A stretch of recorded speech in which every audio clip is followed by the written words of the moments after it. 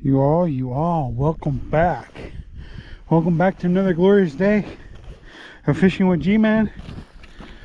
We just climbed all that snow-covered hill on the dam here just to get down here so we can catch fish for you all.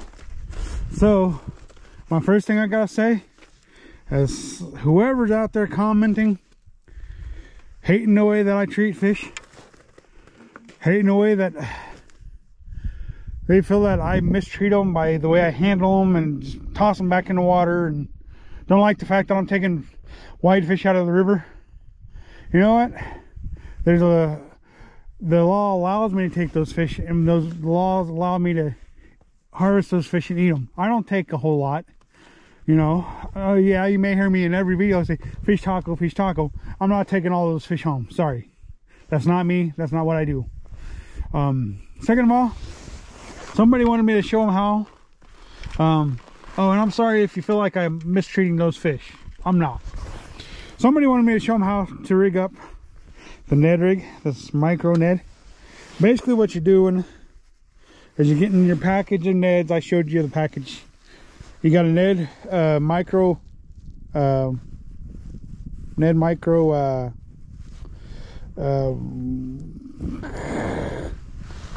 Ned rig, Ned worm right here.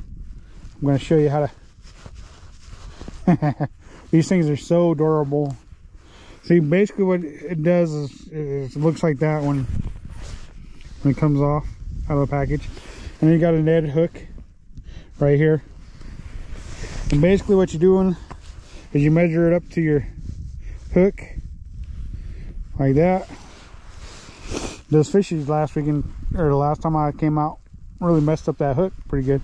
So you just do that, measure it up how long you need. So you need to come out about right here on the bait. So you just take that, you just thread it on there till it gets to your desired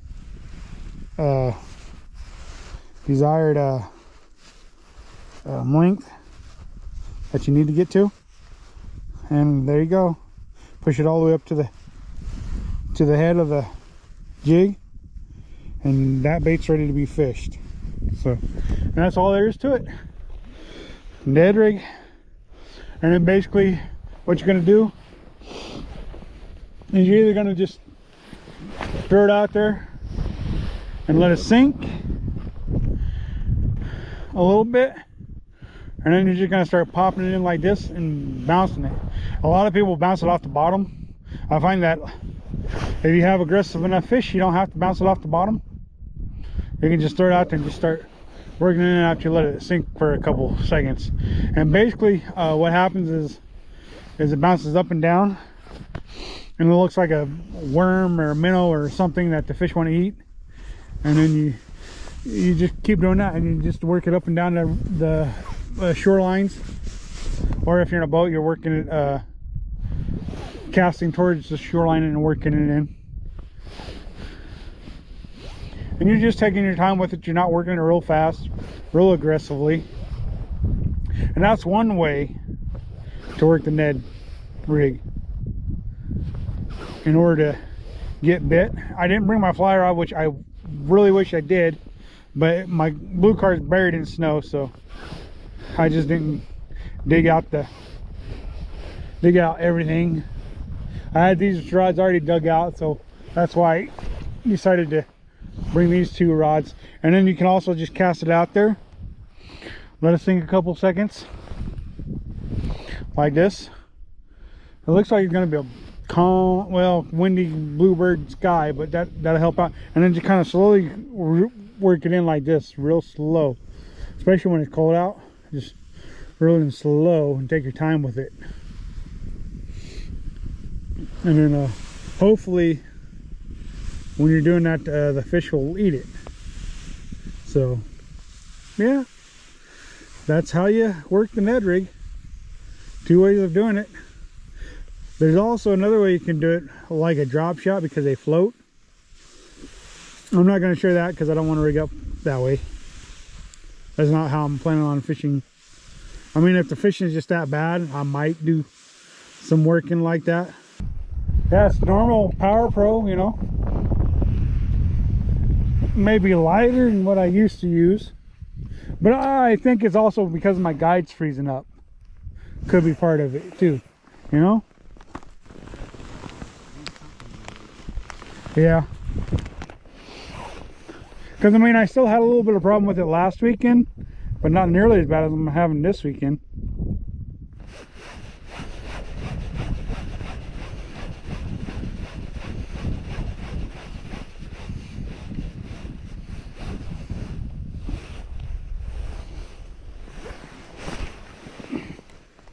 See, and this is that same 8-pound, and I don't have any problem with this one doing that.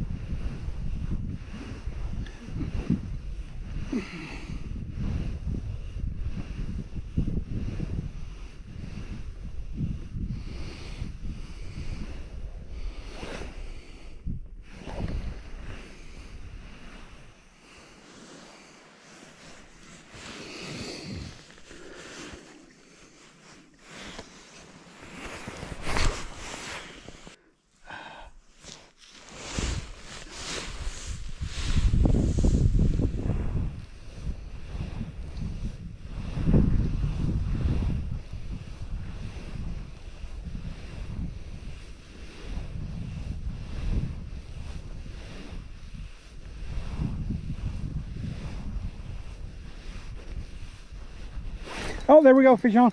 Fish on, yep. Trout, trout, trout. Nice, nice. Nice. Shall I keep him in case if that's the only one we catch and you can have him at the end of the day?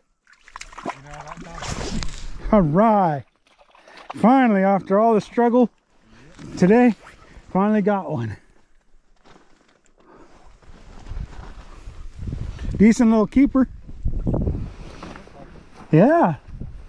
15, 16 inches long. Decent little keeper.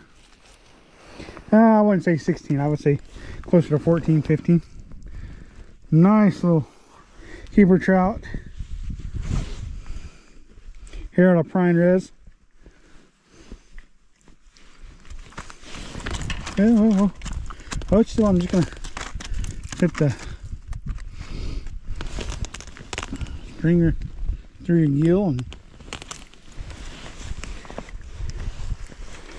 keep you for. Lately, I just like how light you can travel with the fly gear. Yeah, yeah. Kind of been part of my trip. Well, and the reason why I said I could give it to you if you want it at the end of the day is if we don't get more than, you know, just because, you know, it's like one fish ain't really enough for us, you know. I mean, I imagine it's not really enough for you, but you'd still appreciate it more than I do, you know. Yep.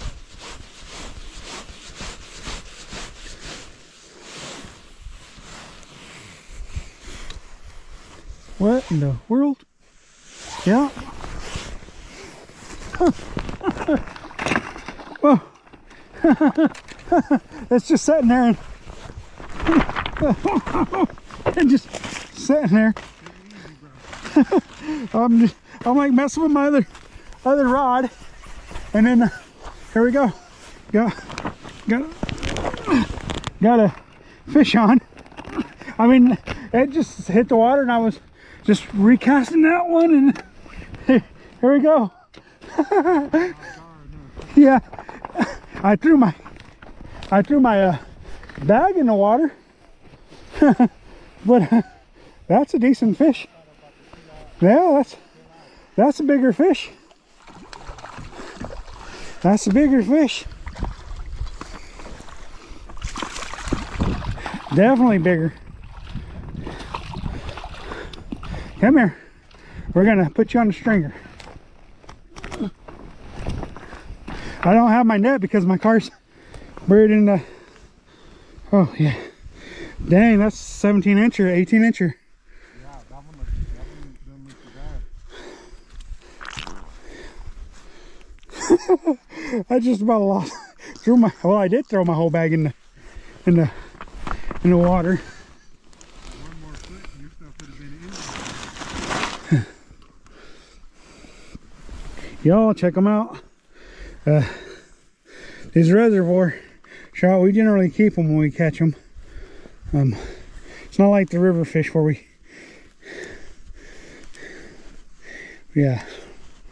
don't want to take them out.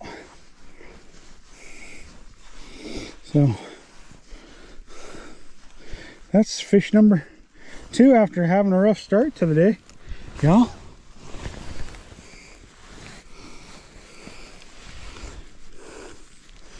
Y'all check it.